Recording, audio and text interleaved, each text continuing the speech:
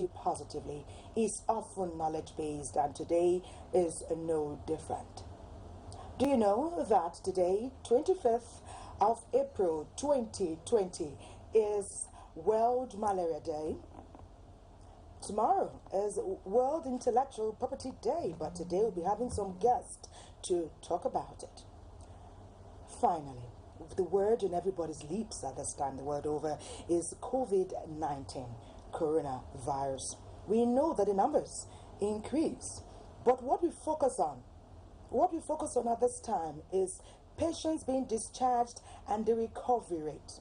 We do not relent on prevention, washing our hands, using our sanitizers, social and physical distancing, as well as continuously telling everybody about wearing their masks. When you are wearing your mask, you protect the person who is with you and you protect yourself. Welcome, it's a weekend deal, Africa's biggest deal. My name is Thelma Obase. It's going to be a very exciting package filled with information that will impact you. Don't go anywhere. But first up, we join Ifoma Ojinta for the news today, and then we'll be right back with Weekend Deal. Good morning, Thelma, and good morning, Nigeria. Here is the morning news. Following the sighting of the Ramadan crescent, President Muhammadu Buhari sends his best wishes to Muslims, the country and all over the world as they begin this year's month-long fasting. A statement from the Senior Special Assistant to the President on Media and Publicity, Garba Shehu, quoted the President Buhari congratulating all Muslims as they commence this year's Ramadan fast, which is depicted by self-denial, universal brotherhood, austerity, and helping relatives and needy people, said the President. President Buhari described Ramadan 2020 as a challenge, as it is coming at a period of the global pandemic, which has spread to virtually all countries, advising citizens to avoid large gatherings and have their prayers and feast individually or with family at home. President Buhari urged Muslims to endure and not to use coronavirus as an excuse not to participate in the Ramadan fast unless such abstention is warranted by the excuses clearly outlined by health and religious authorities. And Muslim faithful have been enjoined to use the holy month of Ramadan to seek God's divine intervention to the ravaging coronavirus pandemic. Donyi Dia have a compilation of messages from some notable Nigerians. Allahu Akbar, Allahu Akbar. Ramadan, the ninth month of the Islamic calendar, is observed by Muslim faithful with fasting as one of the 5 pillars of Islam. For the Senate President Ahmed Lawan, this year's Ramadan came at a most unusual time when mankind is contending with an existential threat in the form of the deadly COVID-19 that has shut down the economy and entire social life throughout the world. While urging Muslims to abide by the stipulated guidelines, the Senate President assured them of the government intervention to their plight.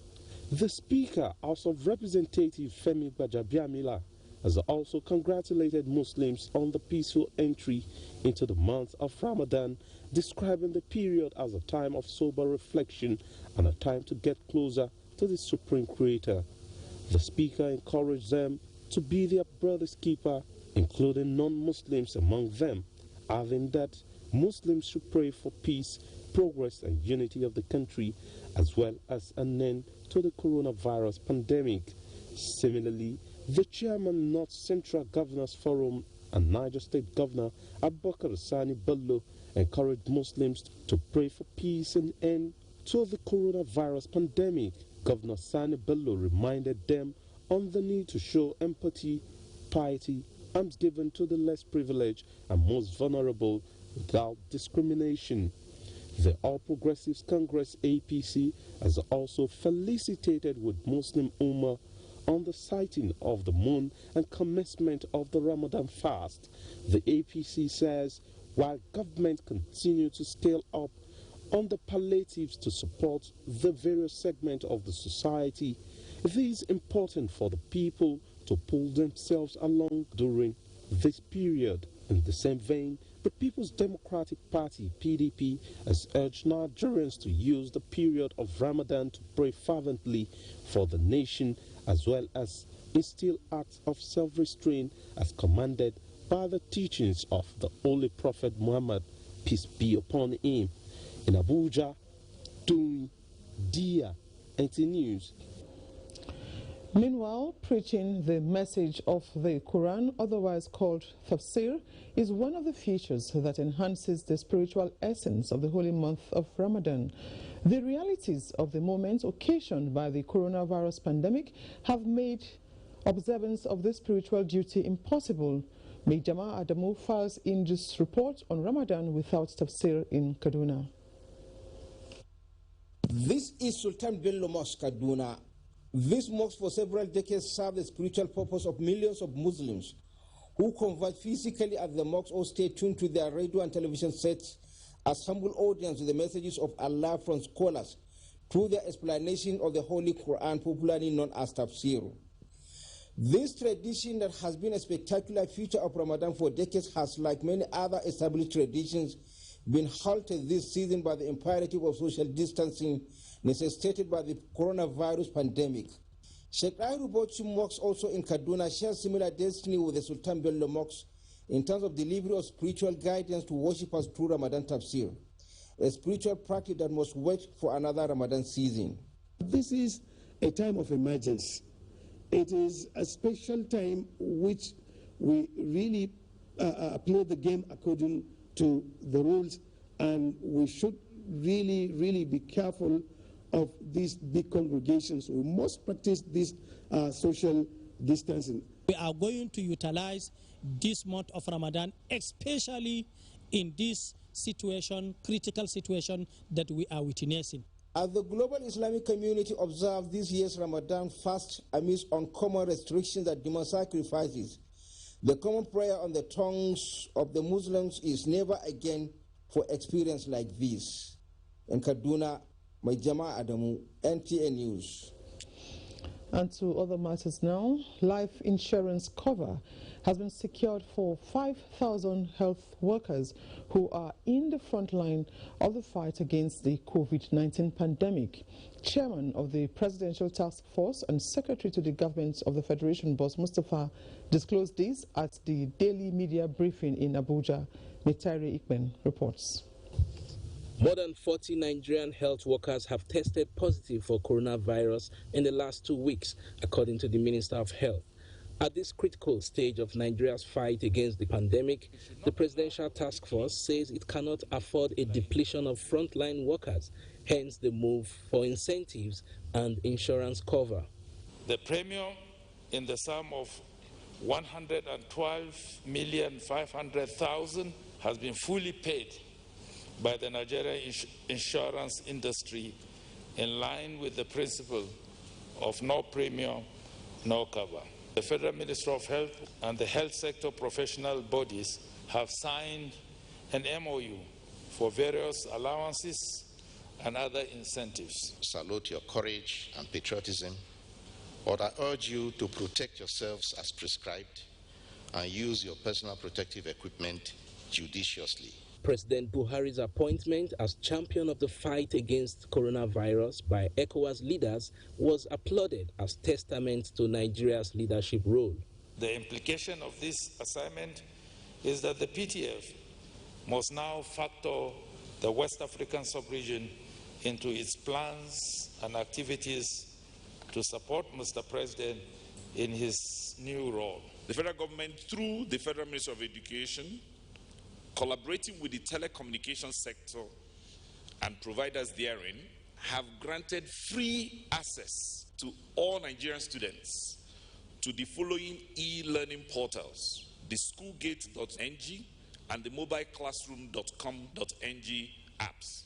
The private sector was encouraged to support the fight against the raging pandemic and emulate the National Union of Textile and Garment Workers, which presented locally produced face masks for distribution to frontline workers. We are going to start distributing to those category of people that I said they are less privileged.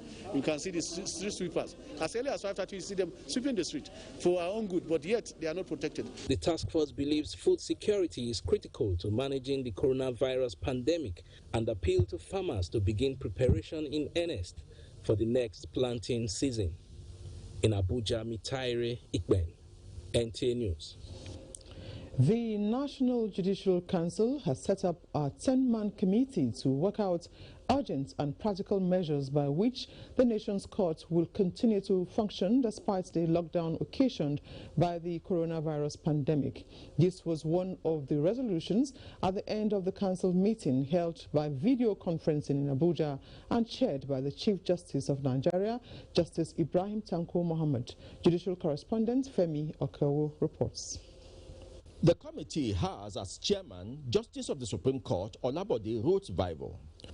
Already, the NJC has held its council meeting through video conferencing. This is the first time the council as a whole is holding an online meeting. We've had calls in the past to actually leverage on the ICT and similar platforms in discharging our constitutional responsibilities. The committee is therefore expected to, within 14 days, come up with a template for the running of the court, even in the lockdown. The committee is also to explore areas of collaboration with the Office of the Attorney General of the Federation in this area. Also, as part of its resolution, the National Judicial Council recommended Justice Francis Abosi, Acting President, Customary Court of Appeal, Imo State, and Justice Aliu Musa Liman of Bauchi State High Court for compulsory retirement with immediate effect due to professional misconduct. The NJC Director of Information, Soji Oye, said in a statement that 70 judicial officers were also recommended for appointment in various categories. Meanwhile, the Supreme Court says work on the legal email platform for the nation's apex court is in progress to facilitate effective interaction between the parties that come before the court. The Supreme Court Director of Press and Information, Dr. Akonde Festus, said plans are ongoing to have relevant laws in place for the effective implementation of the policy. In Abuja, Femi Okewo, NTA News. First Lady of Nigeria, Aisha Muhammadu Buhari, has emphasized the need for Nigerians not to relent in maintaining personal hygiene and other precautionary measures as advised by relevant authorities in the effort to contain the spread of the coronavirus pandemic. The First Lady said this in a message during the presentation of palliatives to the FCT COVID-19 committee to support the government's effort in the fight against coronavirus. State House correspondent Aliu Kabir reports. In continuation of our humanitarian activities towards the support of the government in containing the spread of the COVID-19 pandemic across Nigeria, the First Lady Aisha Muhammadu Buhari, through the Get Involved program under the Future Assured, presented medical palliatives to the COVID-19 Committee of the Federal Capital Territory. The materials comprise beds, surgical masks, automatic dispensers, as well as disposable gowns and overall, gloves, hand sanitizers and drugs, among other medical equipment. According to the National Coordinator of the Future Assured Program, Dr. Abdurrahman Muhammad Kamal, the gesture was meant to support the government in equipping the frontliners officials while discharging their duties in the fight against COVID-19. We are here today to donate hospital beds, mattresses, bed linens, and personal protective equipment for our health workers. This is critical in view of the fact that we need to protect our healthcare workers, because they need to be alive and well to be able to take care of the COVID-19 patients in this country. Since the era of this beginning of this COVID-19, she has been working tirelessly to see that what she can do at her own level to support what the government are doing in terms of the fight against this COVID-19. The Director Special Duties of the FCT Health Secretariat, Dr. Matthew Ashikene, who received the items on behalf of the FCT Minister Muhammad Musa Bello, expressed delight with the gesture and assured the First Lady of using the materials judiciously. This donation today, including 100 beds with mattresses, pillows, personal protective equipment for the frontline health workers, as well as drugs and sanitizers that will help to protect all those who are involved in taking care of the patients. I think there can be no more meaningful support at this time. So we are really appreciative to the First Lady. Similar gesture was extended to Bauchi and Gombe states with the hope of extending it to other states of the country affected by the virus. Aliu Kabir, NTA News. And that's the news beat. We now rejoin Thelma for the continuation of Weekend Deal. Good morning.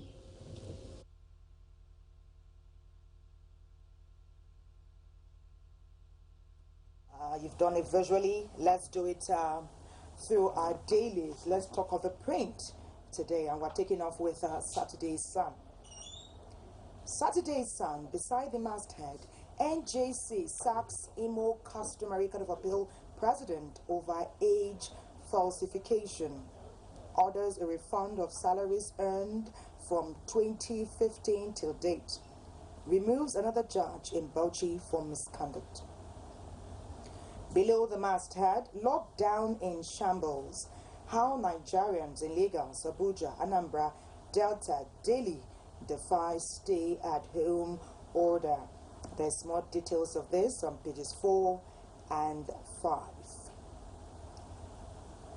Fintiri orders total lockdown in Adamawa as Masari shuts another local government area in Katsina. Equinife 6 increased funding for development of science and technology in Nigeria. Details of both stories can be found on pages 8 and 29. And the bold headline here is Doctors Raise the Alarm. Nigeria heading for COVID-19 explosion. Disobedience to stay-at-home order causing the virus spread. Express worry over Northwest states. Rise in confirmed cases may soon overwhelm nation's health system. So says the president of the Nigerian Medical Association, Dr. Fajili. At the bottom part of the paper, court remands suspected killers of Afenifere leader Fashoranti's daughter. Details can be found on page 8. We move to sports with the weekend Sporting Sun. Sports at its best, they said. That's for them to know, for us to find out. Napoli budgets 23 billion naira for Osimhen. Lille start to break Nigeria's transfer record. Dutch League cancels season. Abraham on Backers Plan D shortlist. And this is coming from one of Nigeria's, one of our players we hold in very high esteem. He's talking about Daniel Amokachi. He says, I didn't receive a miracle at synagogue. Liverpool rejects Willian. Messi, Maine deserves award. Newcastle buyers offered £4.5 billion for Manchester United.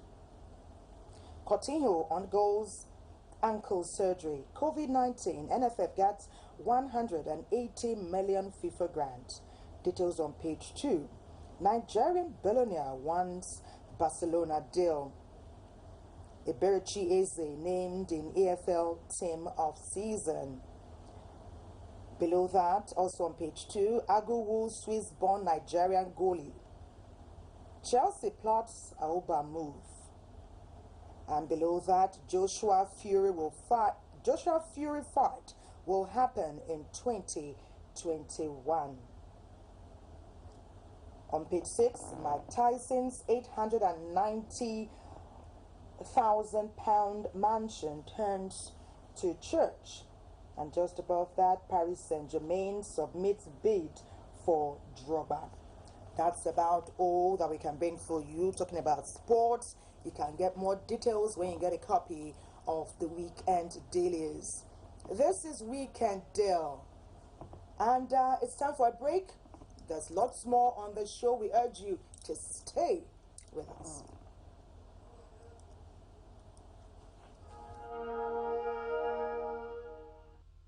This is not a joke.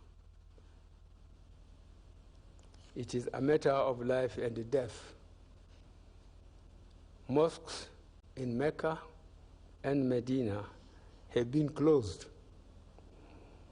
The Pope celebrated Mass on an empty St. Peter's Square. The famous Notre Dame Cathedral in Paris held Easter Mass with less than 10 people. India, Italy, and France are in complete lockdown.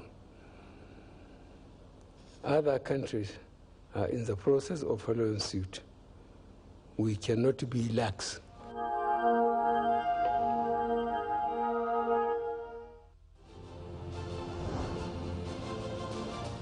And I've got this very important message for you guys.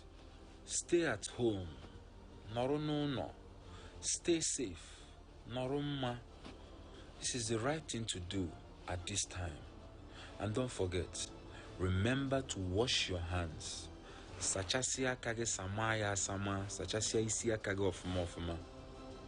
Together, we'll beat this thing. Are you ready now? Are you ready, man?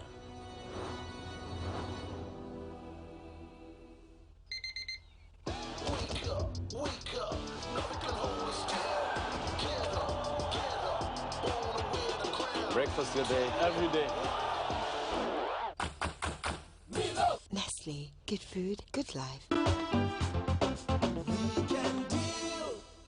Weekend Deal. Let's take all precautions necessary. We will take off with talk on social and physical distancing. How essential? To whose benefit? We will set the tone with this, put together by Francis.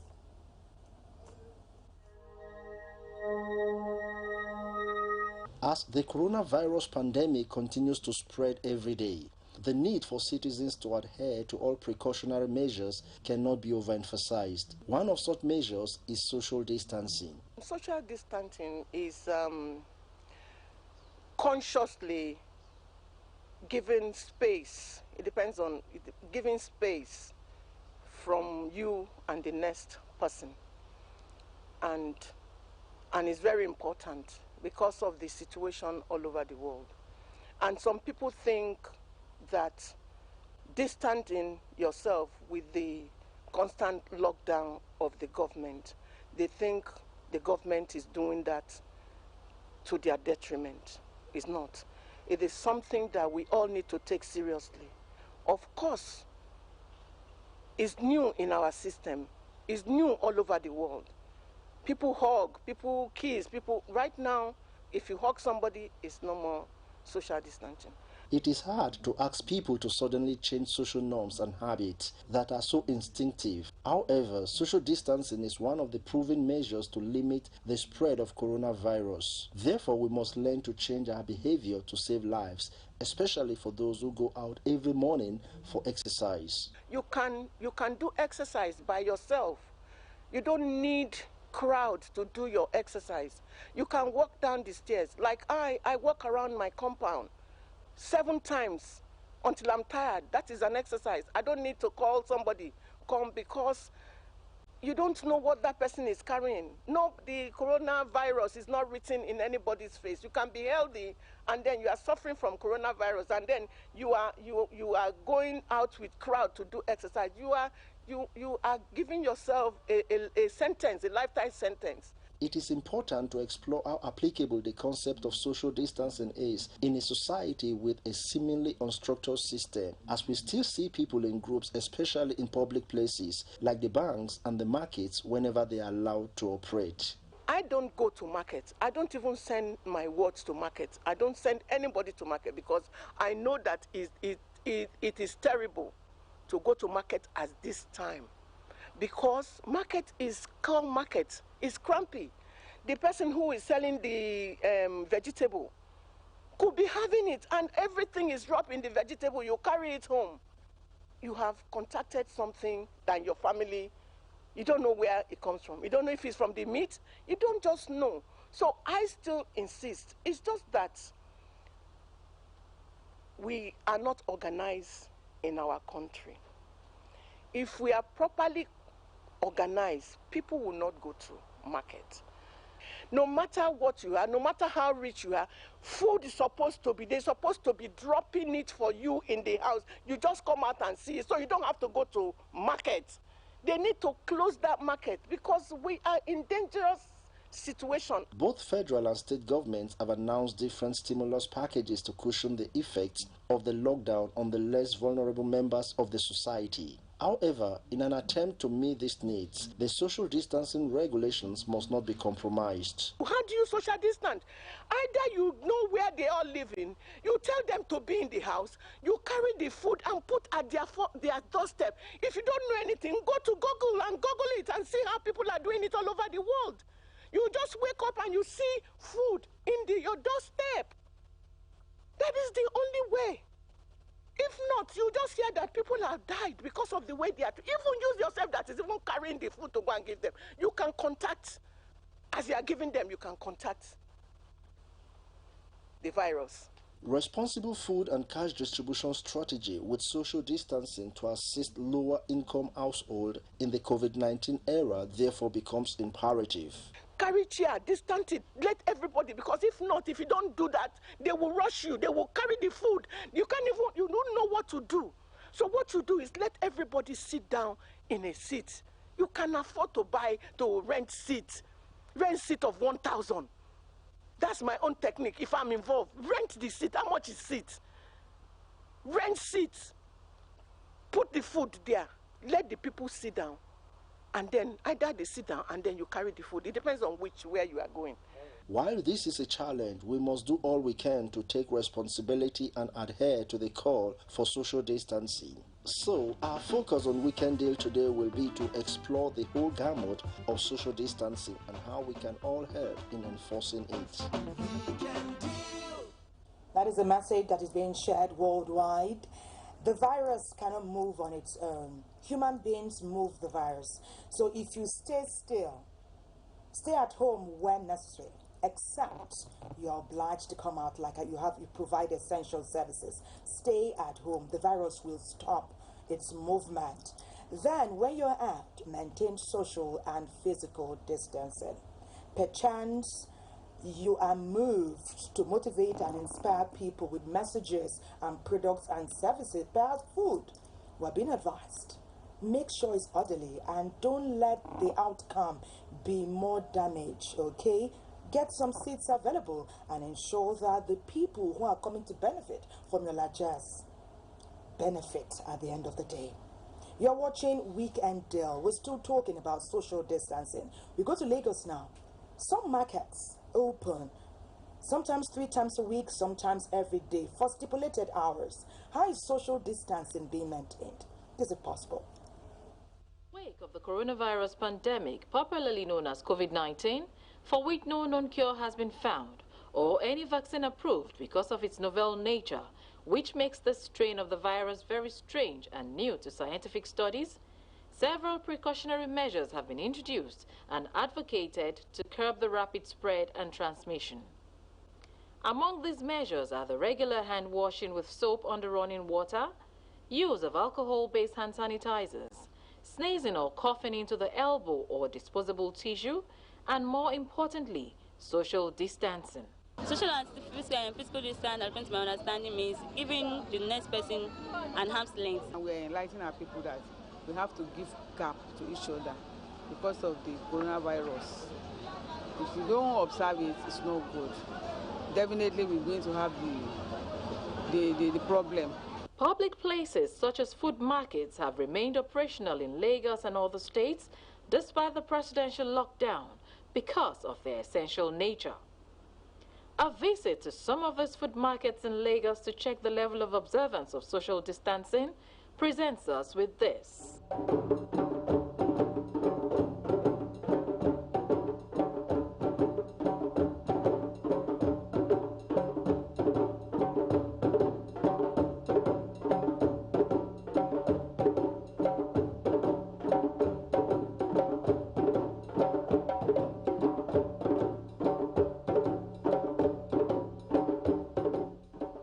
With the advice by the government at all levels, advocacy and public service announcements by various media, one begins to wonder how much or truly Nigerians understand the need for social distancing.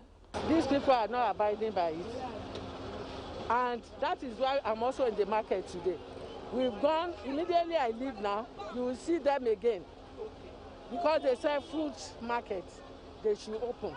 But not that they should open, they said 10 to 2. Now, from now onwards, if they don't keep to that time, we are going to decisively with them. Because anybody buys something, you can buy it from 10 to 2. Once you know it is 10 to 2, you keep to it. See them, no distancing. See all of them, there is nothing like that. As the figures of confirmed cases of the coronavirus pandemic continues to rise, especially in Lagos, which sadly is the epicenter, there is an urgent need to stem this ugly tide.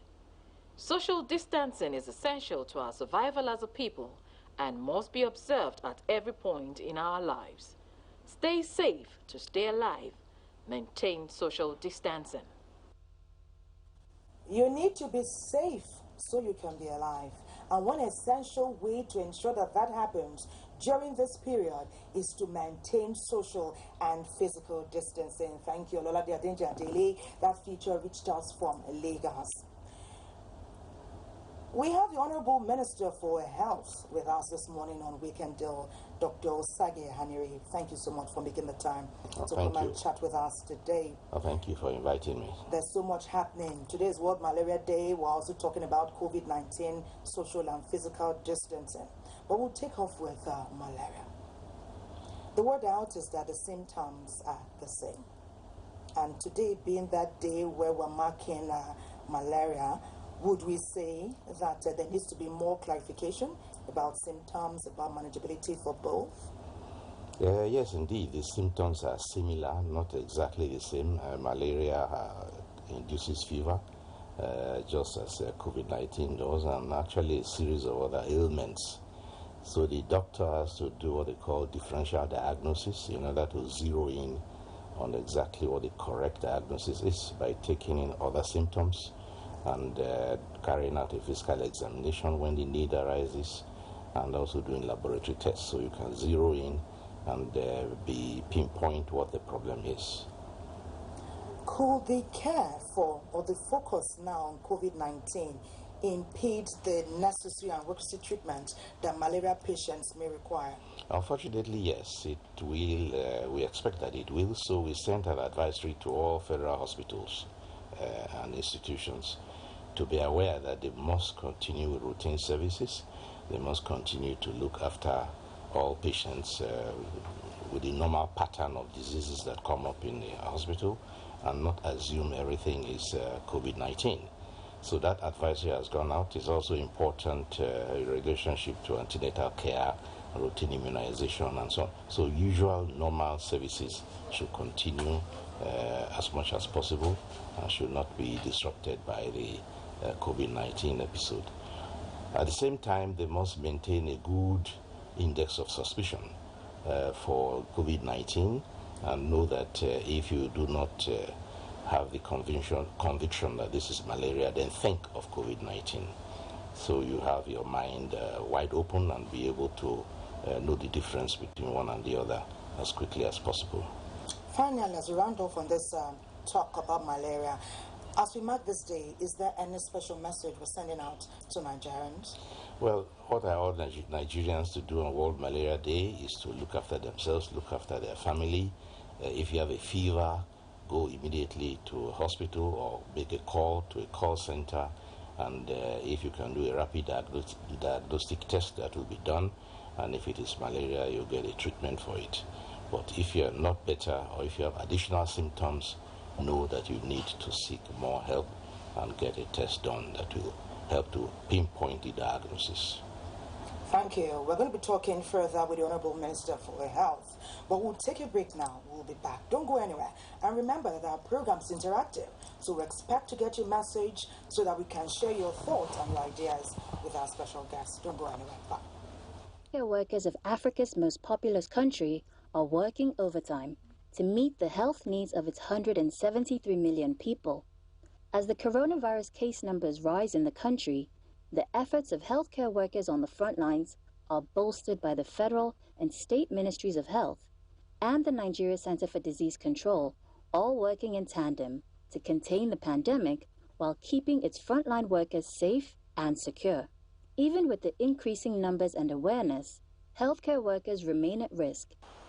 Contagious infections like this, doctors are hugely at risk. They also pose a huge risk because doctors come in contact with infected people, infected surfaces, uninfected people, uninfected surfaces. How are the nation's healthcare workers being protected by the government? The most impactful measure has been keeping the public well informed of the targeted pandemic intervention. The federal government continues to support health workers through timely deployment of rapid response teams to harmonize the efforts of frontline workers.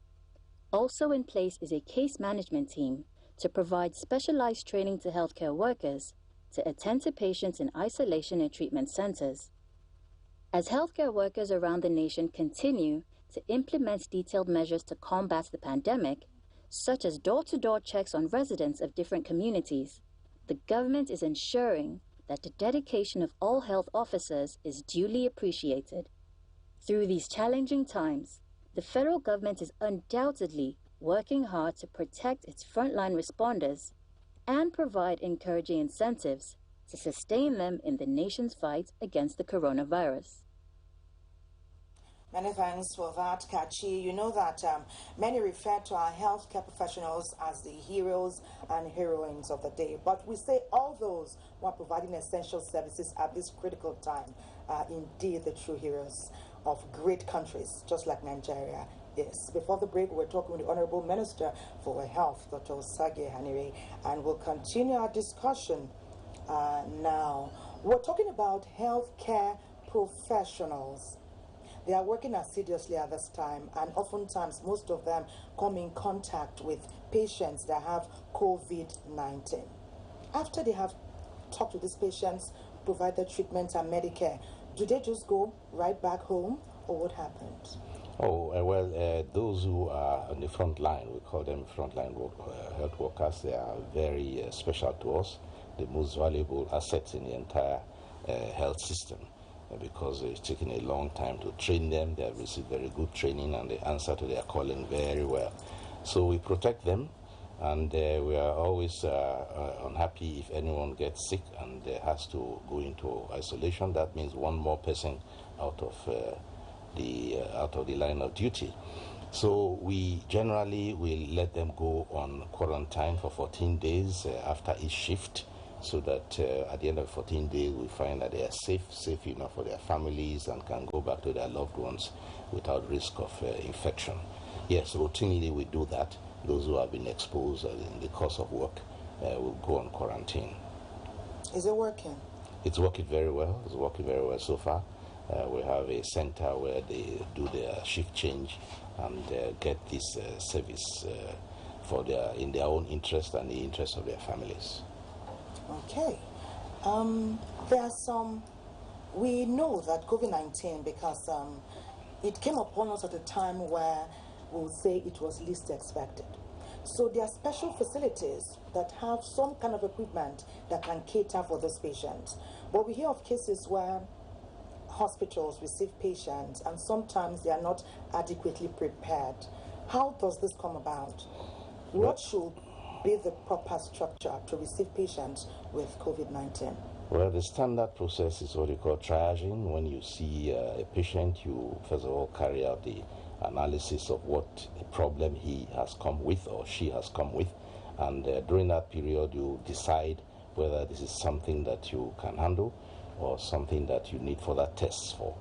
If you realize straight away that that is not something you handle, you do a referral. Referral is very important, but it is not correct to send the patient away before doing that triage. So if you do a triage like that, send them over to a hospital where there's a specialty or a group of specialties that handle that particular case. Now, the coronavirus infection itself is highly contagious in the sense that it spreads so easily. And once a facility sees a patient suspicious for that should send them to a place where they can do a test, and or if possible call for an ambulance to come and take them, or at least a form of patient transport to take them to a place where the diagnosis can be carried out, and if possible to a holding area where they will be until the diagnosis result comes out, and then they can either go into treatment or further diagnosis will be done to ascertain what the problem is and the appropriate treatment to be given. So the way things stand now, it does seem as though every medical facility should be prepared. Every medical facility should be prepared. Every doctor by now should have heard of what the situation is like with coronavirus and should be prepared for it, both in the public sector and in the private sector. We have very good partnership between the public and private sector. The private sector offers 60 to 70% of the first point of call for Nigerian citizens seeking help. So the relationship is very good, and we encourage them also to be aware of the need to be careful and to have a good index of suspicion. Okay. There's also some information that we get that some patients go to medical facilities and do not give accurate medical background. That is not a good thing. Can we tag this self-stigma? I mean, what's really happening with that? That is not a good thing at all, because in the first place, it is not in their interest. If you do not give full information, you mislead the doctor, and the doctor can come up with a wrong diagnosis for you and give you the wrong treatment, and that might delay your recovery.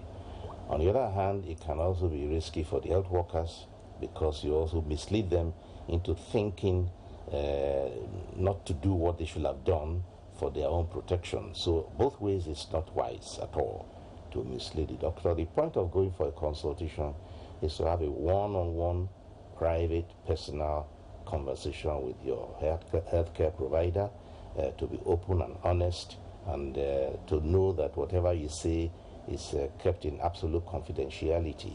There is the law of confidentiality between a doctor and his patient. So you don't need to hide anything or mislead your doctor. You need to be able to help yourself, help your family, and help the system.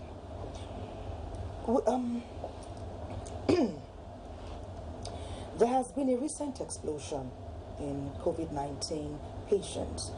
Within a week, we went from 500 and something. We've crossed the 1,000 number this time. Yes. Are we not doing enough as citizens? Where is the gap? Well, I won't say there's a gap. In the first place, we have already warned that we are going into the phase of community transmission. At the beginning, when the COVID-19 bearers or carriers used to come into this country through the main airports, we did very efficient contact tracing. In one case, we traced up to 179 persons.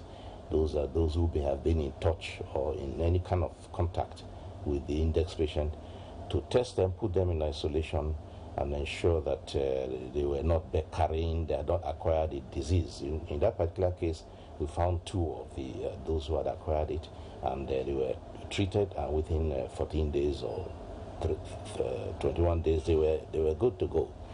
But by the time you find the infection now going into the communities, going into persons who had neither traveled abroad nor had a contact with someone who had been abroad, and you cannot determine exactly where it came from, that is a phase we call community transmission. It's going on within the communities, and it's a period of concern. So we need to locate all of those positive patients. You look for the symptoms. You look for the cluster of where you might find a group of them.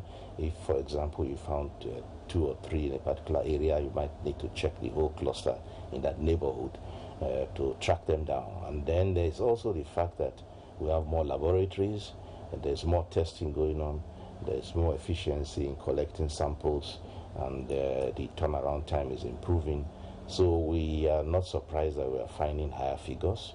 It is at one time a sign of improvement in diagnostic capacity, and on the other hand, a sign that there is community transmission going on, which we are trying to get control of.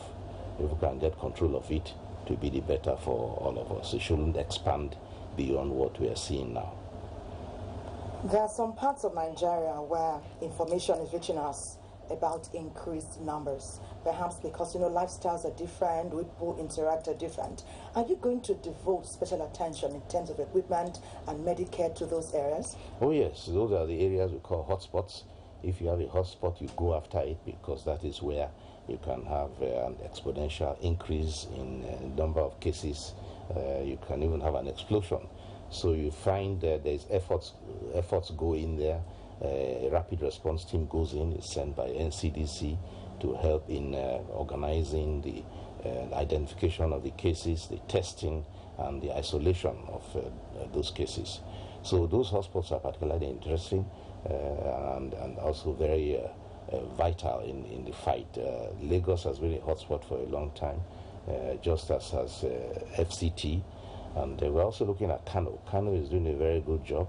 The government there, the governor is particularly interested in healthcare, and he's pursuing the emergence of cases there with very great determination, and the doctors there are very competent. I have spoken with some of the epidemiologists, and they are doing a very nice job in trying to get control of what has happened in Kano. There are sometimes some information in terms of patients may fall through the cracks. We hope that we have less and less of this as we move forward. Do you think that we have enough adequately prepared medical professionals on ground at this time? Yeah, and there's been talk about incentives for them. Has that come to pass? Yes, both of those have come to pass. In the first place, we are increasing training as much as we can. We are recruiting people, training them. In fact, those who already had training are being trained specifically for the COVID-19 response. You have a peculiar and particular infection prevention and control protocol which you imbibe in all healthcare workers so that they can do their job properly and also keep themselves safe. We do not want people becoming infected in line of duty. Now, at the same time, the remuneration is being worked out, compensation for those who put themselves at risk in handling this ailment. The Presidential Task Force has been discussing it, and we have spoken with the various medical unions, and the details are being worked out. Of course, you have to talk with the Ministry of Finance about the providing the wherewithal to achieve this arrangement that is being worked out.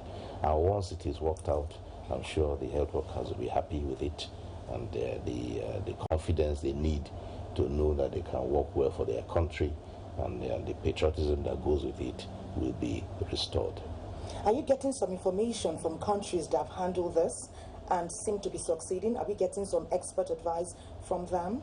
That's a very good question. The first advice we look forward to is the World Health Organization. We have a briefing of the World Health Organization of global ministerial briefings every week, during which we tune in, listen to what's happening in various countries, listen to their responses, listen to their problems, and the way they handle their cases. And we also offer insights into what we are doing and ask questions, particularly with regard to testing, case finding, compliance, treatment, and so on. So we do have that global exchange. We also have bilaterals. We have received conversation opportunities with South Korea. The ambassador has come to share their own strategy with us. We have received information from India. Just a couple of days ago, they sent a brochure of their own experience. We have also received information and support from China. They have shared their information, their experience with us. And the Americans have also visited, and they have shared their experience. In fact, they also provided us with a technical assistant in developing a new response plan, because we are developing a new response plan to the community outbreak that is beginning now, so that we have something that is coordinated and tailored to the present situation we are in, going beyond looking at one index case and its contacts. We are now going down to the community and using a new response plan. We want to thank you for all this information. While we commend all the work that medical professionals are doing, they are working assiduously, and Nigerians are so inspired and motivated by the tremendous sacrifice they put forward on a daily basis. We know that every other essential worker is doing the same, from the cleaners to the media workers and all that. So we say many of us indeed are the true patriots.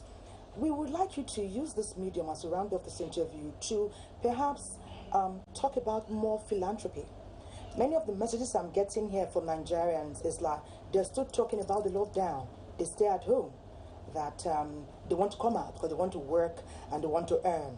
About 10 messages I got here for you are about while we're at home, we want to come out, we want to work. Can we lean on the kindness that we know is integral with every Nigerian, so that those who have been doing a little, maybe perhaps others, can be encouraged to do more, perhaps when they hear from you?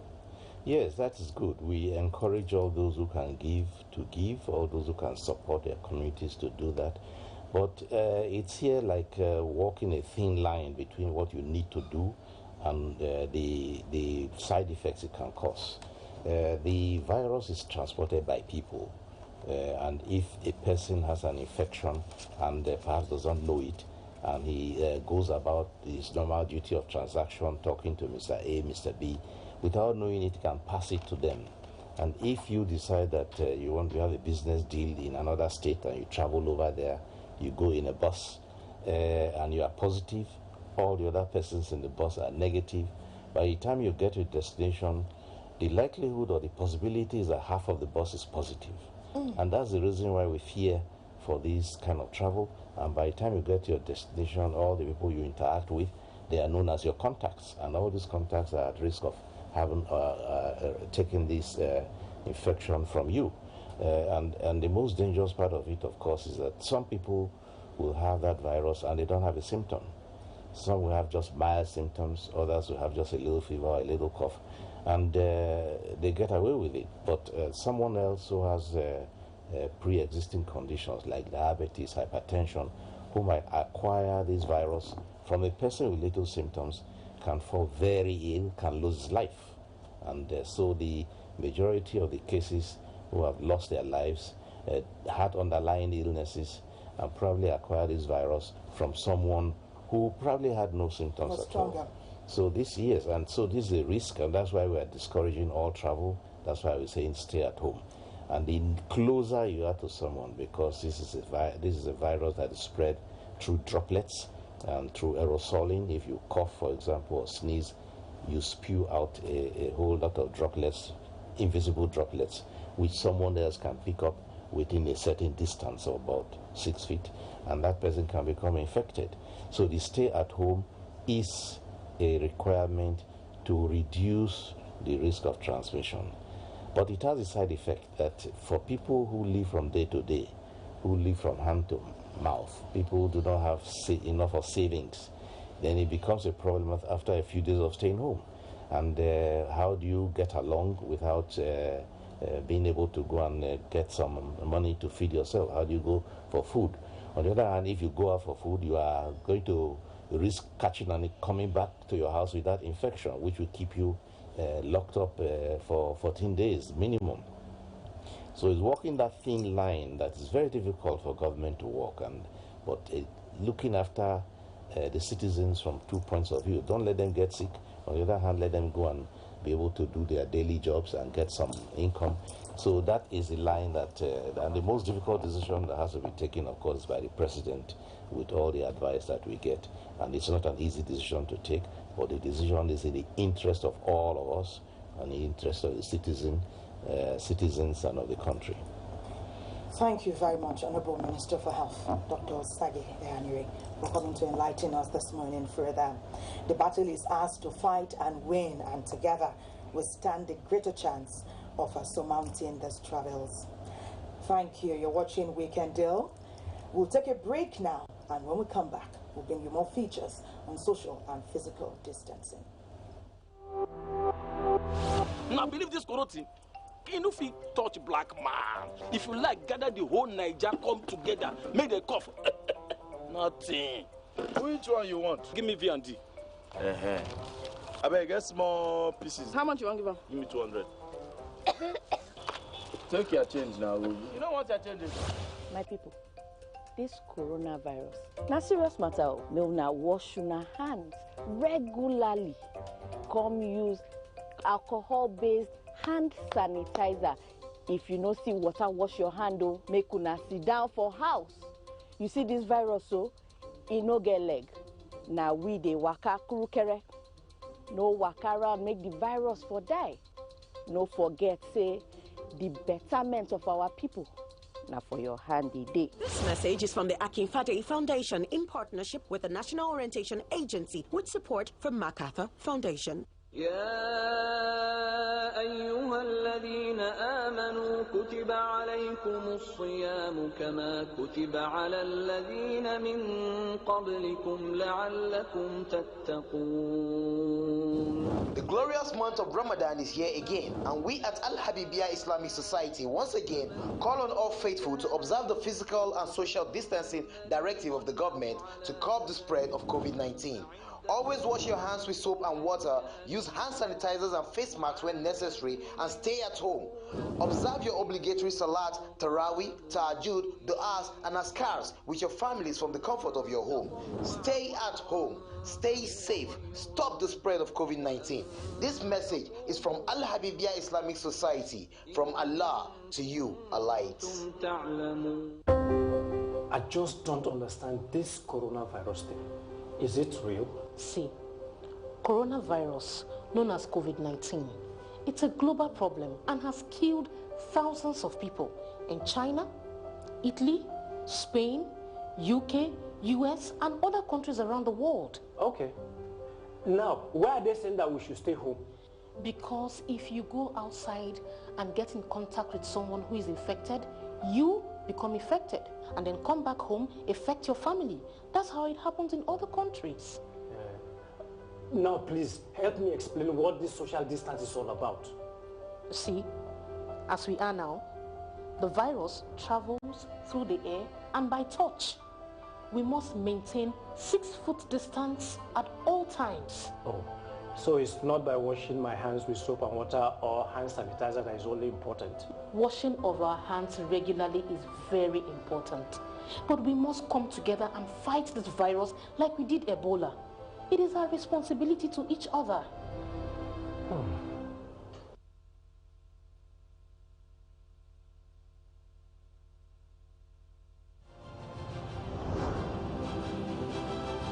It's time to take responsibility. So I'm staying home, watching videos and learning as well. We are all aware of the pandemic hitting the world today. The COVID-19 virus is real.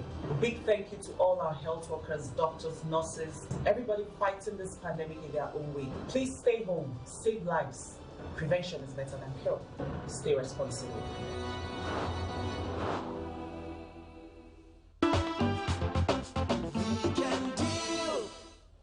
We're going to Akwa Ibom at this time, where they've put together a feature on social and physical distancing. What's happening at that end? Let's find out together.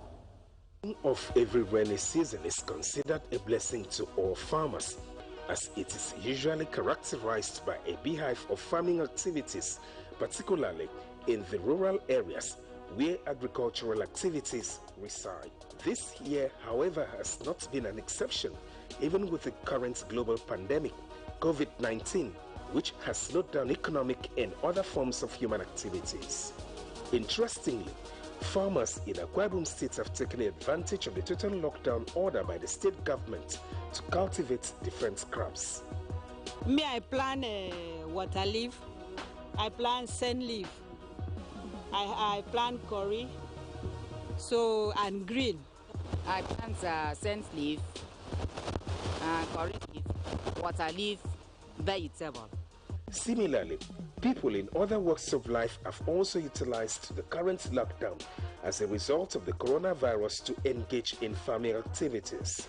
We are so much happy to have a farm that we are planting cucumber around this Mberebe. Everybody in this environment are proud about that. You know, cucumber, we are being imported from other northern part of the country. But nowadays, we have it in our domain here. With this stage you're seeing this farm now, the seeds has already been planted, which 3 days, 2 to 3 days from now, it will start shooting up. What you see here is a cucumber plantation. We started to do this farm work, by cultivating the land,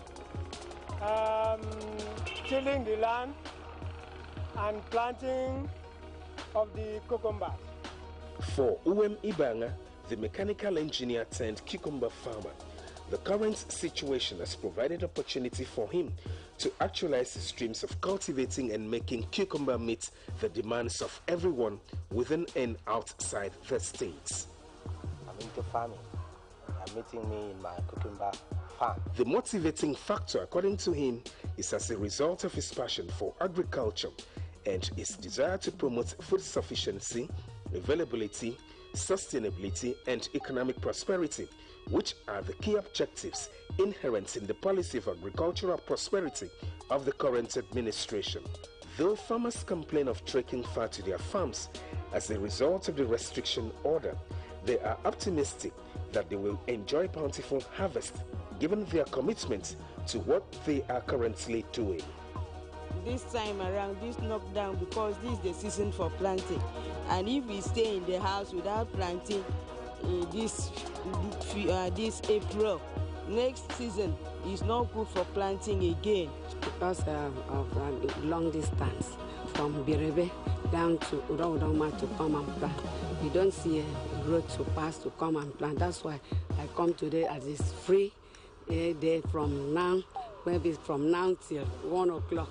Chairman, Akwa Ibom State Farmers Association says the government has provided input such as fertilizer and improved seedlings to farmers this year in order to continue to boost food production and availability in the state. Farmers should be in the farm now by rights, but with this lockdown, most farmers cannot get to the farmlands. The state government, at least on their own parts, gave us some farm input, so we are still expecting some to come, like the maize grains and some cassava cuttings. The only way is for us to go to the farmland and give them to the farmers. With increasing agricultural activities in Akwa Ibom State as a result of the stay-at-home order due to COVID-19, it is expected that farmers in the state in the next few months will enjoy bountiful harvest, while food will be available for all.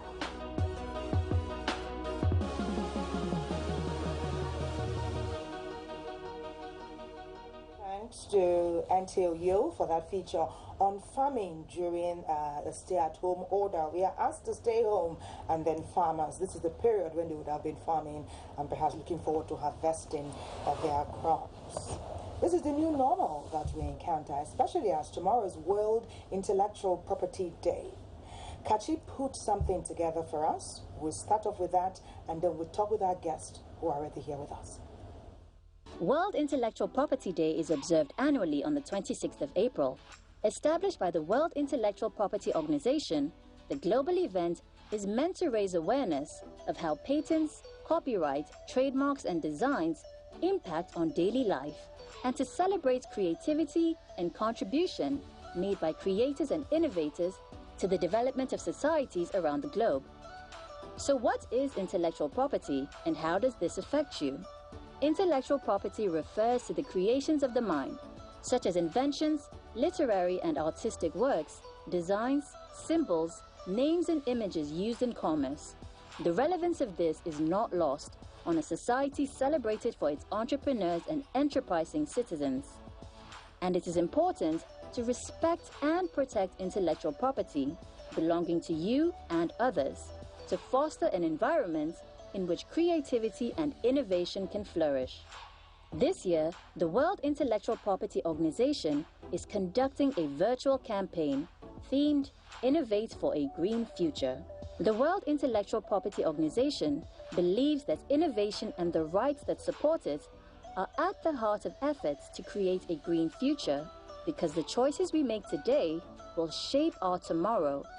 Creatives, innovators, and entrepreneurs can join the conversation on social media and together learn more about the central role of innovation and intellectual property in building a greener, brighter and more sustainable future. Yes, indeed. That is the hope of every Nigerian, building a more sustainable future. Sustainable in that we can hand something over to those who are standing by to step into some shoes at this time. Thank you very much for joining us this morning. Executive Director, CEO of the National Film and Video Censors Board, Alhaji Adedayo Thomas. Thank you. Also, we welcome you, Mr. Obi Ezelo, Director of Enforcement, Nigeria Copyright Commission. Thank you very much. It's great to have you join us on Weekend Deal. Tomorrow is World Intellectual Property Day. When we say Intellectual Property Day, what does it entail? And why do you need to create a day to mark it? Thank you so much again for bringing me here. The World Intellectual Day has to do with celebrating those with creative. Virtually every human being has a creative energy, creative thinking, innovations. But to celebrate those who actually come out with it and which has been making impact on the society itself. So there is a need for the entire world to celebrate creativity, that intellectual capacity of that person, because there are a couple of challenges, and for somebody to have sat down to bring such forth to solve the solution of that society, of that particular thing, then it's creativity, and it comes from the intellectual thing. So those people need to be celebrated, and it's one of the major reasons why 26th of April has always been dedicated to be the World IP celebration. That's interesting. We'll talk about the unique way that day will be marked at the unusual period that we are in. But let me talk to you, Mr. Ezelo, Director Enforcement, Nigeria Copyright Commission. We do hear that the laws and the policies are there. Usually the challenge is in the enforcement of these copyright laws. Where are we at this time, and how can we galvanize as we mark this day, use as a platform to change the status quo? Well, yes, there are laws. We have the Copyright Act in Nigeria. There are also other laws on other genres of intellectual property and all that. We know that this law has to be enforced, but it's not just about enforcement. It's about compliance. You know, the people out there, Nigerians, the whole world, need to appreciate the value of intellectual property. So in a period like this, when we're celebrating IP Day, we're trying to bring the values of creativity, the values of innovation. We're trying to get people to appreciate the need to respect this. It's not just it's not supposed to really be enforcement. People ordinarily should appreciate that it takes a lot for the creative ability of individuals to come up with these inventions, to come up with these creative works. So it's also important for the industry, the individuals and the industry that put this together to be able to earn a living out of this creativity. So we try to de-emphasize on making people respect this by virtue of enforcement, but getting people to appreciate it and to respect it. If a lot more people appreciate the values of creativity, the value of innovation, the value of intellectual property, then the work of enforcement is largely reduced. So this is one of the periods that we try to urge people to understand it and to know that if they are not protected, then we will not have further creativity, we will not have further innovation. Because if the industries that are sponsoring this, that are putting a lot of investment to get this creative work out, to get these innovations out, to get it running, if they don't, for example, break even, then there won't be need to put more investment into that sector. That will mean that creativity will reduce, innovation will reduce. Let us take, for example, the COVID-19 we are suffering now. There's a race in the whole world to find the vaccine. A cure. Now, all sorts of facilities, all laboratories are all at work. People are putting money to get this thing out.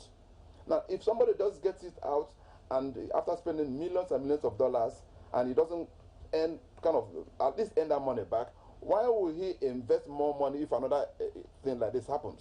So we need to, this is why we're trying to sell this story, that we need to appreciate creativity and respect it. That's interesting. We have, with experience and hindsight, and then we use that to have foresight. We do know that some people need to learn some things the hard way. because we have been preaching, talking nicely, explaining quietly, and there's still been a breach over time. Since I've been small and I'm grown, it still goes on. Something tells me that trying to chat with them one-on-one like we're doing may not get us as solid results as what we expect, but we'll talk more on that.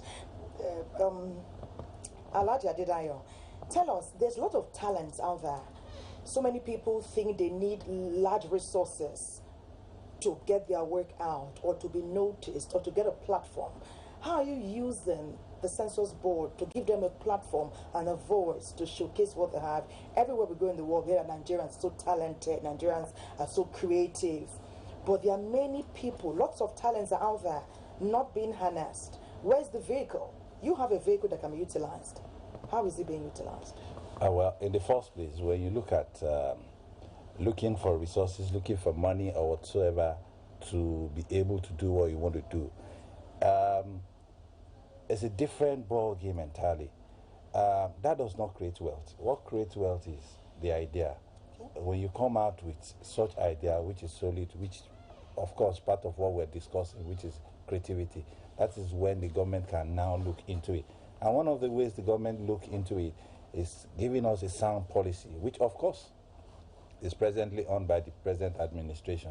The sound policy gives you a better hedge to tap into whatever resources that must have been provided by the government. And in that light, you'll be able to now bring in your talent and move forward to it. For National Film and Video Census Board, there are a couple of platforms, there are a couple of opportunities that people can harness that. I'm very sure this program will not allow us to.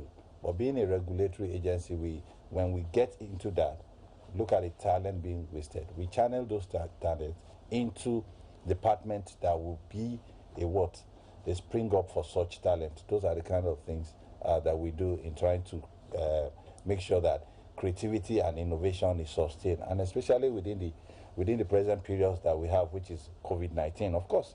And that's, I guess that's one of the reasons why the World Intellectual Property Organizations decided to have the theme this year as innovation for future innovation for green sustainable society, which of course is happening everywhere now. Look at the COVID-19 that's restricted all of us to a particular place. So the virtual sector of the society is mostly being utilized now to do something. These are the outcome of the spring of innovation in the society. Okay. There's so much innovation around us, and we hope they will have a springboard, like you are saying, so they can showcase what they have. They say necessity is the mother of invention, so no doubt people are working assiduously to create inventive ways to showcase their talent. We want to hear from Tanya Hill now, a female persecutor from the United States Department of Justice. She will share something with us. Let's hear this. To build capacity in the justice sector to fight cyber and intellectual property crime. I am thrilled for the opportunity to engage with you, albeit remotely, to acknowledge and celebrate World IP Day 2020. The theme this year, Innovation for a Green Future. The focus is on creative technology to support and help clean up the environment. Right now, we find ourselves deep in the throes of a global pandemic, but we're seeing incredible innovation regarding COVID-19. We've read credible news reports of ventilators made by the Nigerian military, your neighbor Ghana using drone technology to conduct broader testing more quickly in rural areas outside of the major cities. And Nigerians are creating applications for detecting fake drugs, which brings us to the theme of the Nigerian-produced film you'll see, Fishbone. Among the consequences of the coronavirus pandemic has been a tremendous drop in oil prices. Nigeria's reliance on oil could very well be outstripped by her truest, most valuable asset, her people. With their intelligence, their resourcefulness, their many talents, Nigeria is rich indeed. Stronger IP protections would provide that greater incentive to her amazing people to foster and support economic growth with greater diversification of Nigeria's economy. The World IP Organization recognized this potential creative wealth by placing only its 7th external office here in Nigeria.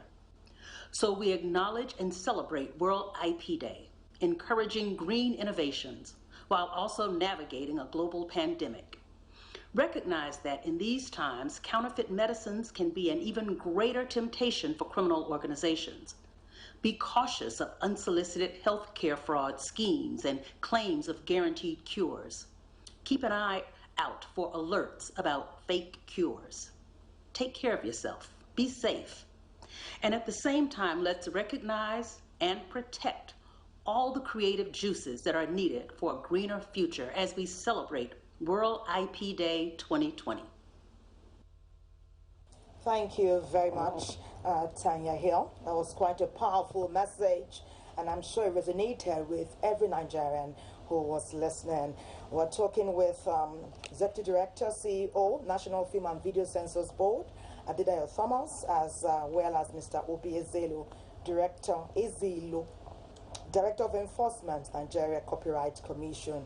We just heard Tanya Hill's message, very powerful, very, very powerful. Talent is vibrant and rich in Nigeria. Harnessing it ought not to be a problem. But there's counterfeit stuff coming up most of the time. People ought to utilize more of their strength and energy doing what is accurate and appropriate and right. But we exhaust our energy doing what is counterfeit, what is wrong, or to bring our country down. What is your message with regard to that?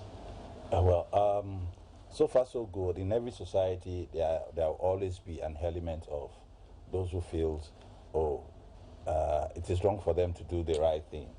And a couple of things have caused that for a long time, like bottleneck in policy, in administration. But of course, coming up with this government since 2015, we have to be sincere with ourselves. There's a lot of ease of doing business. There's an ease of doing business policy of the president, which allows people to do things in a very, in fact, in an easier way that you don't even expect that it could be. So my message to them is, even in the industry where I head, at the Census Board, we see a couple of things, spending energy to go and create a fixed certificate and all kind of things to be submitted to those who want to collect their films, are spending such energy to do what is wrong instead of spending little energy and resources to do what is right. So we'll keep on telling them, we keep advising them, we keep educating them. That we have been doing a lot of times so that they can equally come into board. Well, despite that, there will always be some miscreants, and that's why the regulatory agency are dealing with that, police, NCC, NFVCB, and a couple of others that we have in Nigeria.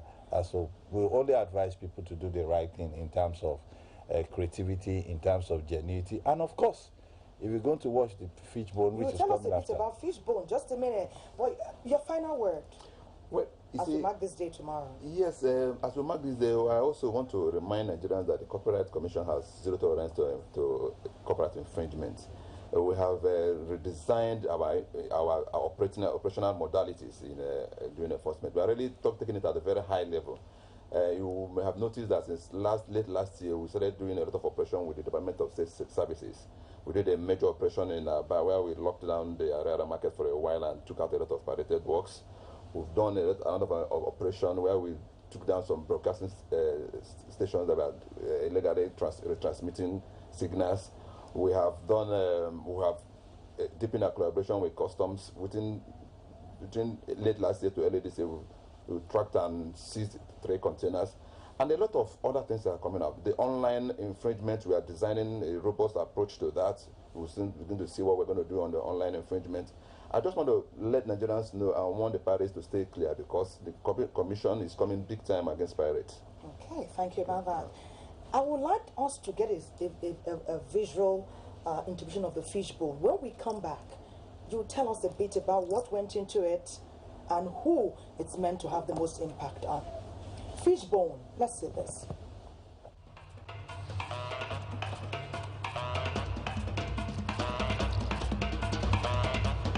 Mama, Befu, Shefu, Gogo, Mami.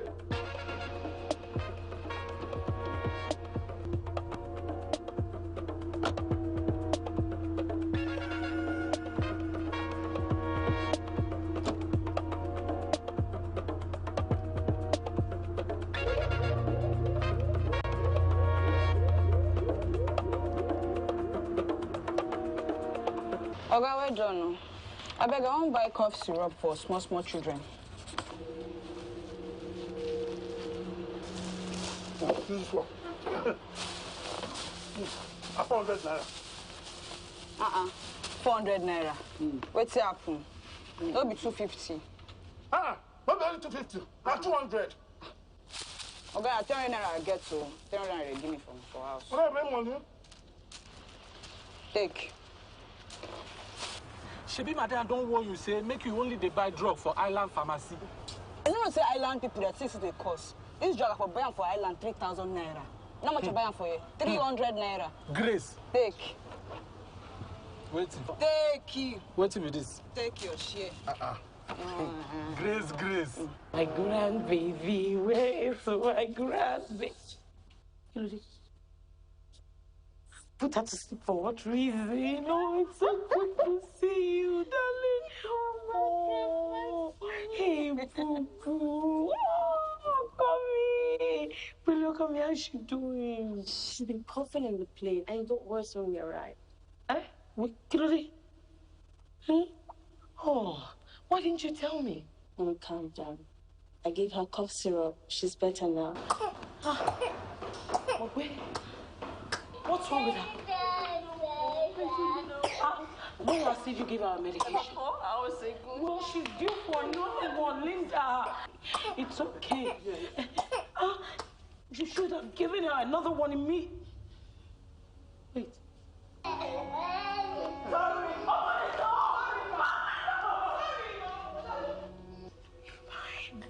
The doctor says it's strong poison.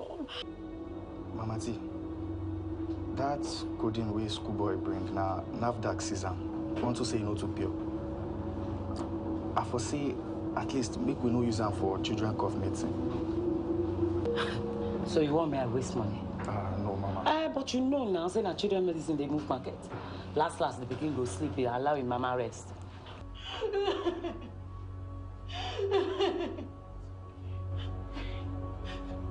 Get away from me.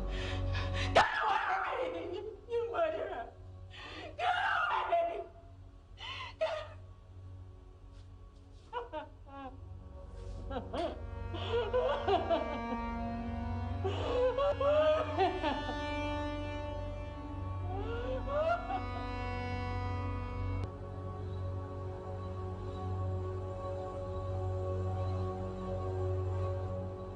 We have whet your appetite. I know you can't wait to see the entire package. It will come up at 9 a.m. today, also on the NTA network. Finally, we're rounding up. There's much talk about global oil prices dropping. How can we utilize the cement industry in all its ramifications to ensure that attention is there and they bring us up in terms of financing and boosting our economy? Well, since 2015, the government started by diversifying the economy into several sectors, and it has given almost all the sector. Agriculture has woken up. Now, you will see what will have happened to us if there has not been rice revolution by the government. Well, we would have been somewhere else by now. The film industry too, looking at the oil prices and things like that, when operation we're going on visual, people are submitting online, and creativity from different perspectives of life has been channeled into visual approach, visual sector, so that we can bounce back. If you look at the homegrown industry, almost all the supermarkets you enter now patronize what? The local grown in the made industry. So this is just what we need to do, concentrate within the home domestic grow product, and surely we'll be fine with the economy. We want to thank you, Executive Director, CEO, Alhaji Adedayo Thomas, National Film and Video Censors Board. Thank you so very much, Mr. Obi Zeno, Director of Enforcement, Nigerian Copyright Commission.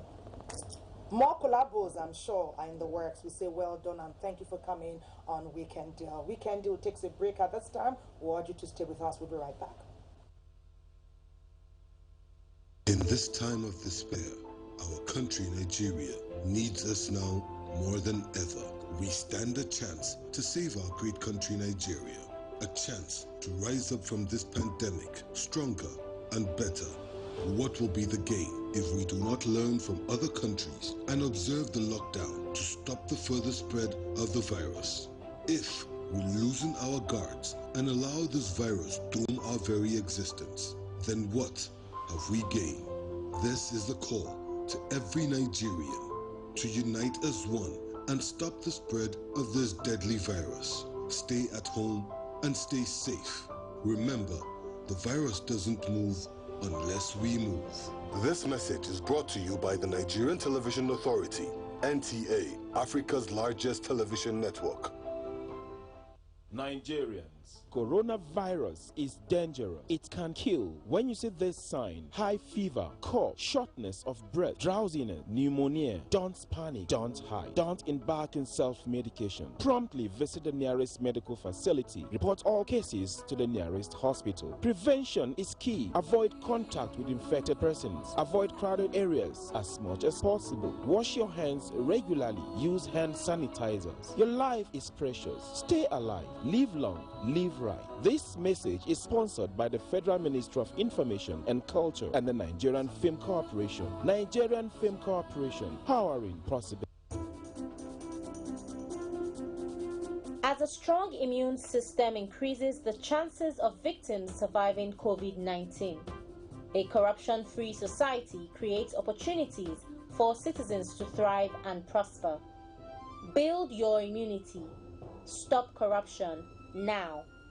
Report all acts of corruption to ICPC on this toll-free number 0800 2255 4272. This message is brought to you by ICPC and NTA.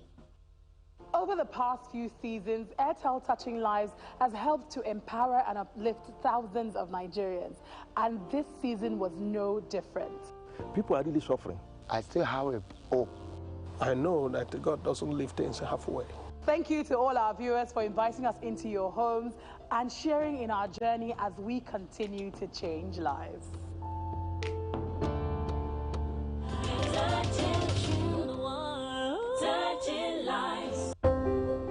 Wetin be this coronavirus thing? Na true? You see this coronavirus wey be COVID-19. Na the whole world palava, and e don dey kill many people for China, Italy, UK, US, Spain, and even for other countries dem. Okay, wetin come be the reason wey dem say make everybody tanda for house? Na because if e dey waka pium go carry am from person wey don get am, you go carry come give your family dem. Na so the thing take dey kill other people for other countries. Okay, wetin come be that social distancing sef? You see social distance? Now make we no come close because this thing na from air and touch now we dey contact am. We suppose dey at least 6 foot away from each other every time. So okay, no be only to wash your hand and to sanitize them alone. Make we no take this washing of hand thing take play but make we come together, join hand as we take pursue Ebola, pursue this coronavirus. Make we be each other keepers now.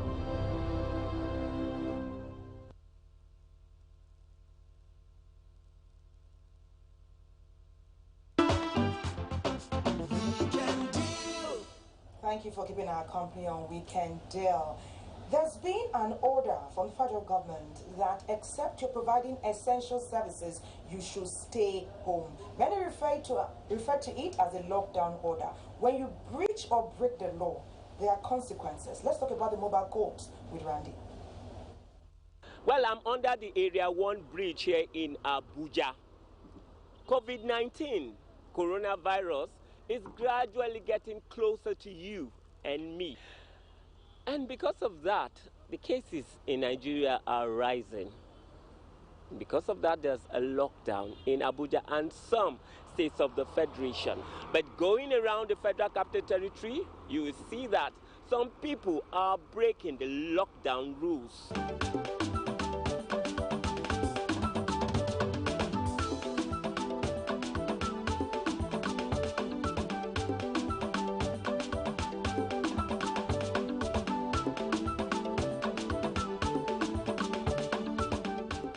Something has to be done. So what is the FCT administration doing about this? In line with Section 7 of the Quarantine Act 2004, which vests jurisdiction to try violations of regulations under the Quarantine Act on magistrate courts. The courts are guided by approved rules of procedure in line with the Constitution of the Federal Republic of Nigeria and the Administration of Criminal Justice Act. In addition, the necessary protocols have been put in place to ensure fairness, justice, and above all, the achievement of primary objective to safeguard the public health. Our primary responsibility, as guaranteed by the Constitution, is to ensure public health and order. Now let's meet a prosecutor and let's get to know what is the role of the mobile court in fighting COVID-19 as the lockdown is in place in the FCT. The role of the mobile court is to prosecute offenders, defaulters of presidential regulation to stay at home. Okay. So the aim of mobile court is now to stop this from happening. Okay. What we do is we use the COVID-19 regulations, 1 and 2, and then we use the Quarantine Act. Okay. You understand? We'll give them a little punishment. For example, now we'll ask them to do community service. Okay. Before you came now, we had, dealt with about 30%. You see people jogging. People don't have any business jogging this time around. Okay. Stay at your home and jog if you want to jog. You can do that within the confines of your house. Come with me and let's witness a court session. I don't even have radio. Okay, are you aware of lockdown? Lockdown. We have because of coronavirus. You are aware? Okay, what do you know about the lockdown? What happens when you endanger the lives of others when you break the law? 55 persons before the mobile magistrate court, whom all have been convicted and have been made to pay a fine of 1,000 naira. In addition to that, to carry out community service cleaning. It's work in progress. The more enlightenment we have for people to know that it's no more business as usual. Now, people are going to be convicted, prosecuted, and even fined. And if they are going around with their vehicles will equally be impounded and will not be released until the lockdown period is over. Being able to curtail and detain them to an extent through this mobile court. There's some that you see that they are kids, they don't really know what they are doing. Probably it's the parents that send them out. We call those ones and we cancel them. I'm an electricity staff. I'm compelled to go to work, and now they want to turn me back. And this is what I'm giving from the office. This is my ID card. I have this, I have this. My money have already finished. So I cannot tell small pikin say money not there. So that's why I come out this morning. That's the story of the lockdown mobile courts in the Federal Capital Territory. Social distancing, staying home means staying safe. That is the directive of the federal government of Nigeria. Thank you, Randy, for that package about the mobile courts. We are told medical professionals are telling us that when we stay home and sit still, that virus will stop its movement. Let us put that at the forefront of any action we take during this time.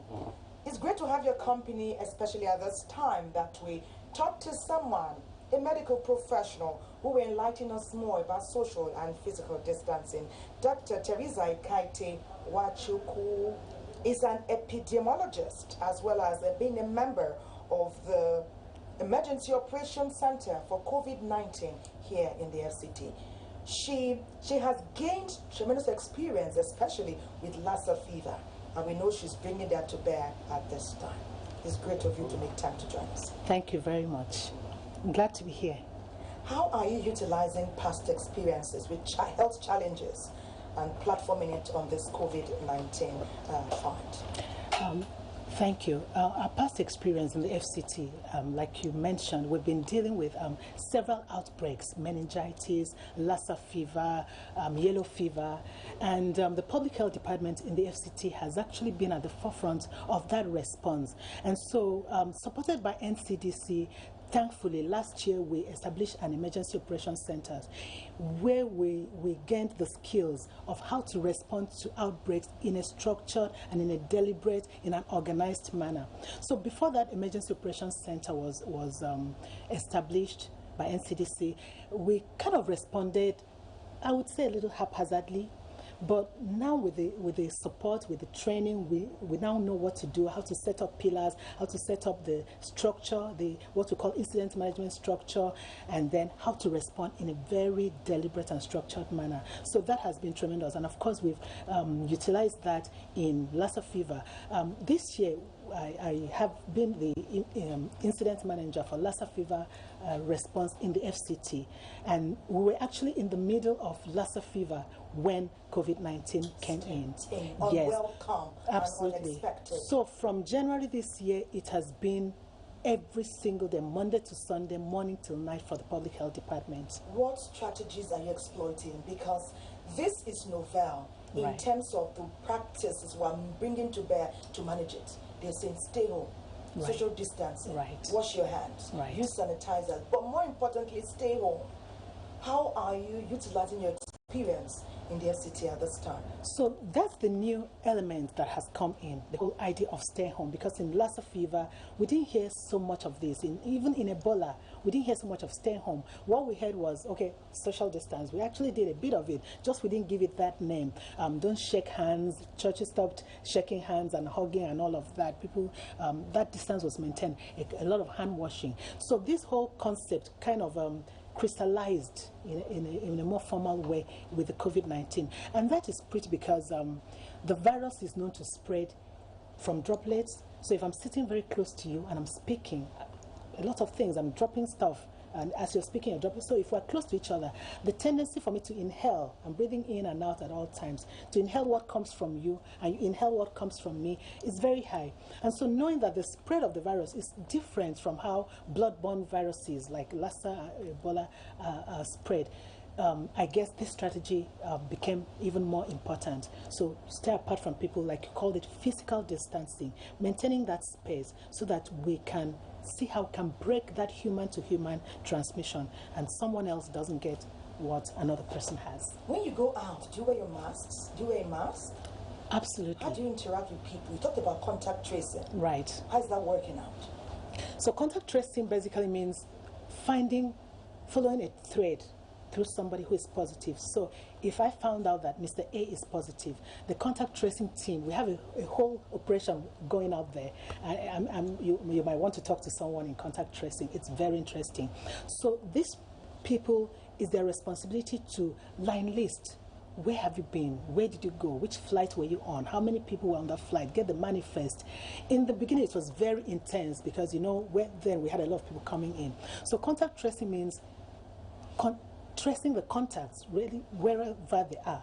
And you could find that people have moved to a different state, people have moved to a different community, people have left the country. So you have to send messages, oh, this person was in contact with a positive case, he's now in your state. So we have had people, the team is a whole network. So we've had people in Kano that will call and say, oh, we have a contact in Kano who is now in the FCT. So we have to follow up that person.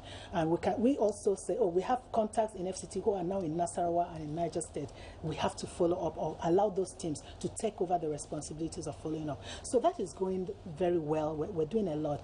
Sometimes we meet challenges, especially in communities that are very dense in actually getting the contacts, because some of them don't have homes of their own. We found places where we know that contacts sleep on the corridors, contacts sleep in the market stall, so you can't pin them down, you can't find them. So these are some of the challenges that we're having. But when we go out there, we have to wear our mask, we have to ensure that the people that we interact with also wear masks. I can see from the way you look that A healthy lifestyle is integral, and we know that this is one resilient part of combating the COVID-19. How are you able to share that message with those you meet? Talking about what they eat, what they drink, whether there are risk factors or not. Right. Definitely there are lots of risk factors. For instance, people who have comorbidities, people who are elderly and sick, someone who has other illnesses, right, they are more at risk. If you notice, before now, there were a lot of people going out to exercise. It was very interesting to see so many people out on the streets.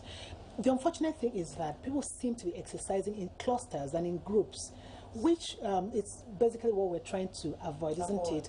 So if people can exercise on their own, you know, in singles, in units, it would be very helpful. And I'm hoping that the police would not harass people who are exercising on their own. No, they are not. I'm hoping but that they said if you are right now, they are even picking up people who are exercising in clusters. In clusters. So what about food? How they feel? How are they faring in terms of food? Food is a major issue.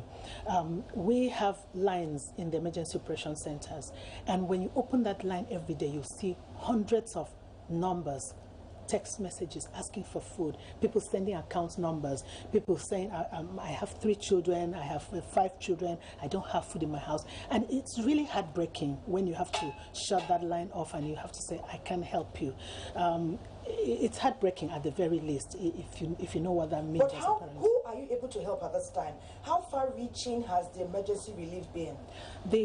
Don't forget that the FCT minister, the Minister of State, Hajia Ramatu, has been in charge of this, and I understand she's doing an incredible job. You also have to understand that some of the places that she has to send these palliatives can be very challenging because there are no addresses. People don't live in clear, well-delineated households that you can easily share palliatives. So I can imagine how challenging that is. I wouldn't want to be in her shoes at all because, you know, no matter what you do, people will say, oh, they're not doing anything and all of that. But it must be challenging. I don't wish to be in her shoes. But I'm sure she's doing a great job. A lot of people have received palliatives. It is also true that many people are not getting palliatives. That is really not our primary responsibility, and it should be foolhardy for us to want to go into that, to delve into that, yes. So we just leave that for those who are doing the best that they can, and we're sure they're doing well. That's interesting. This social distancing rule, on a final note, how successful have we been, and what remains to be done in terms of citizenry? Are we as committed as we should be? I think social distancing has been effective in the sense of shutting down businesses, banks shutting down, businesses, you know, except very essential businesses. Most businesses have shut down. In terms of people staying home, a lot of people have done that in the cities. So if you go to Maitama, Sokoro, Gariki, Wuse, you're likely to see some level of social distancing. But if you go to other places, if you leave the city center, you'll be really disappointed, I want to use that word, at what is going on there. The markets are filled up, the streets are filled up, people are just going about as if nothing is happening. And so everyone needs to play a part. Everyone needs to do something different.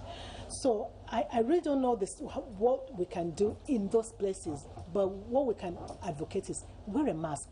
Everyone should wear a mask. Some of these places, the households, you have so many people living together, clustering together, no houses, you know, well separated, no ventilation, everything is just really unplanned.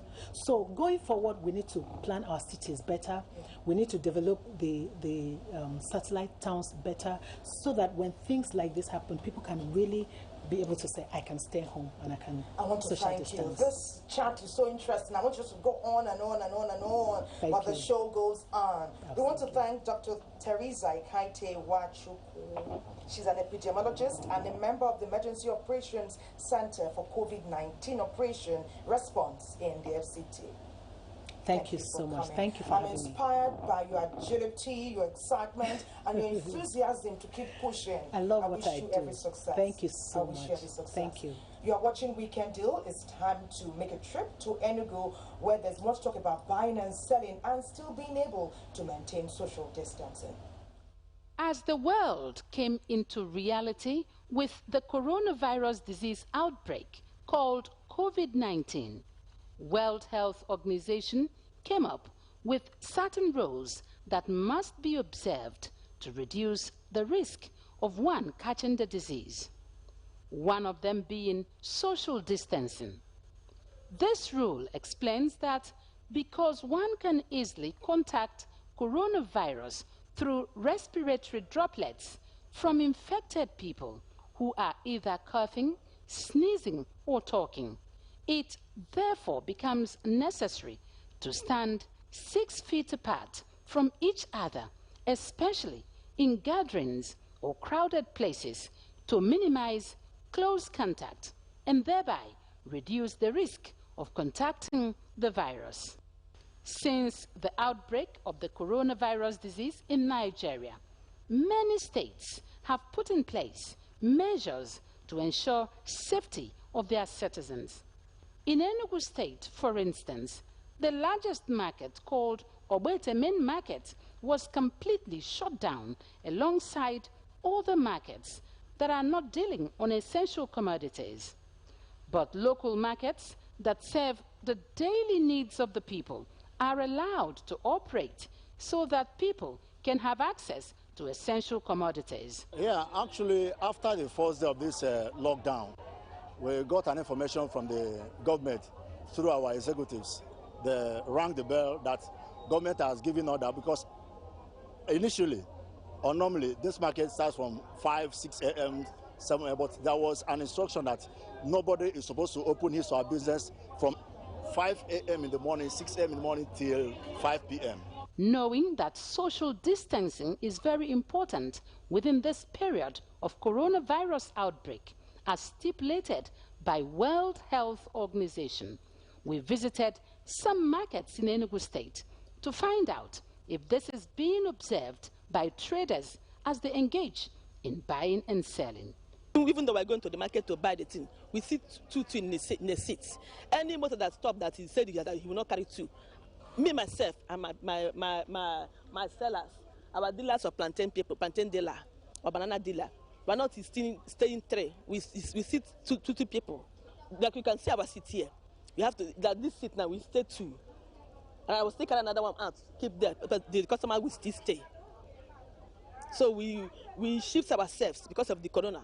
For my own understanding, I take that precautionary measure by keeping some distance away from the person or people around buying, even though it's not up to the normal measure the government says, because in the market, I don't think you can keep to that.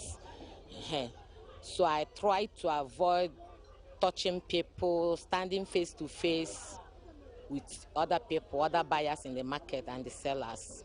A look around the market actually shows that some of these traders sit some meters apart from each other, while to some, the rule of social distancing don't count. For according to them, they have more pressing needs. Now hungry won't kill us. It's not see money for transport self. If we want to go to a village, man, money no day. No see money. Home money. No food. Everything is cost. If you go to buy a pint of rice, local rice, so 1.7. In view of the reality and seriousness of coronavirus disease, experts say that more needs to be done generally in the area of information dissemination for these traders. We have to realize that we are Africans, and Africans are social, very, very social, and we are also communal. It's our lifestyle. It's the lifestyle we have lived in many years, and it has become a pattern of our lives. But we need to also understand that this is a time to relate with people from a distance. Give that particular social distance, that recommended social distance that has been talked about, because we have to be alive to be able to do every other thing. It is very critical to be able to distance, because the distance that we give determines if the spread will be curbed or not. The very best way of changing behavior is sensitization. We must sensitize. We must use all the media strategies. We must go beyond the television, the social media. We must go to the market, public address system, talking to them about the very importance of social distancing. Because if this thing goes to a community spread level, we're all going to be in danger. as Enugu State government keeps doing her best to safeguard the lives of her citizens. We must, both individually and collectively, play our part by keeping to the rules to help get rid of this disease called coronavirus out of Nigeria. Our safety is in our hands, so let's maintain social distancing. Thank you, NTA2 for that. Very detailed, and telling us what we already know. We need to make enormous sacrifices so we can surmount this as quickly as possible. Physical and social distancing is one integral part of the way that we can stay safe. We're going to Kano now. There's more talk about palliatives. How is it going over there with that? Let's see this.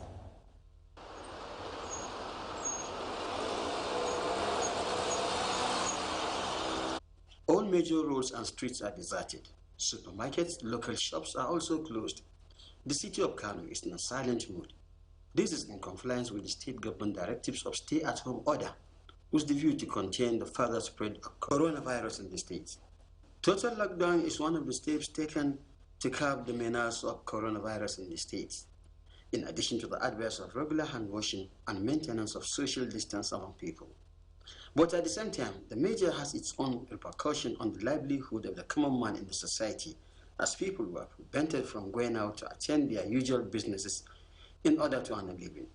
In order to cushion the effects of stay-at-home order due to the spread of coronavirus, the federal government commences the payment of 20,000 naira to the less privileged people in the society in order to alleviate the sufferings of common man during this trying period. We thank you very much for the contribution. We're facing more hardship, and you have brought more achievement to us. This 10,000 that you are giving us 2 months, 10 and 20,000 4 months, we are achieving more of it. We make business, we make business with it, and we earn profit with it.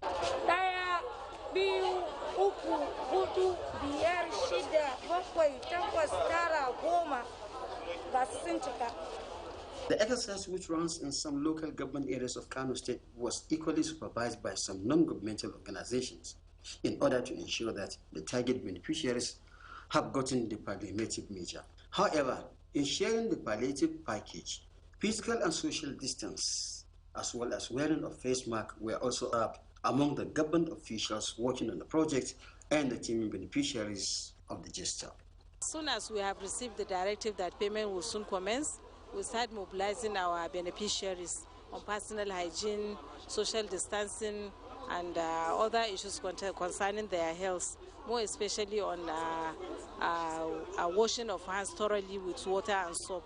So we mobilize them, and we encourage our chairman and also the state to supply the PPS to our staff and to the local government staff that we are working with.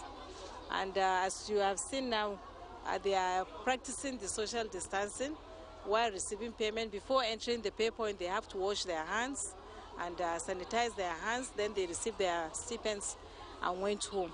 And they are receiving 20,000 naira. Very encouraging and very heartening news we're getting from Kano there. And we do hope that this continues to happen in many parts of Nigeria.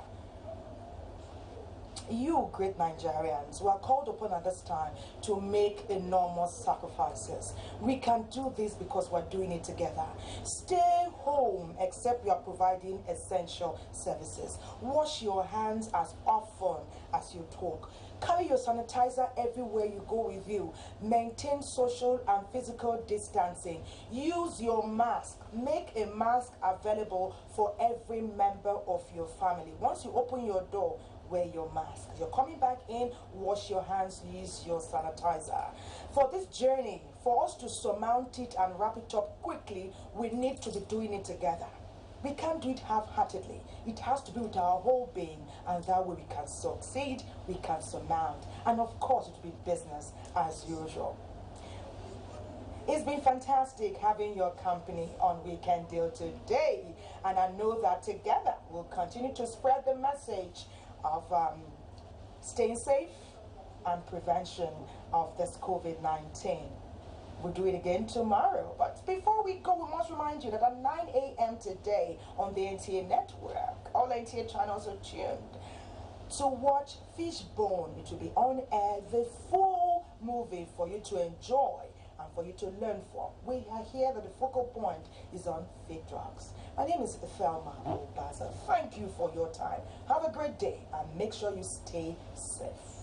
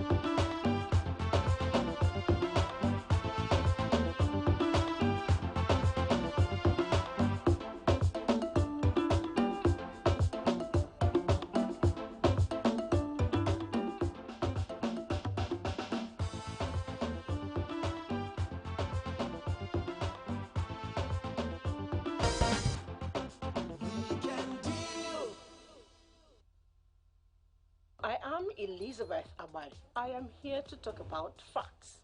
There is so much misinformation and distortion out there, especially on the social media.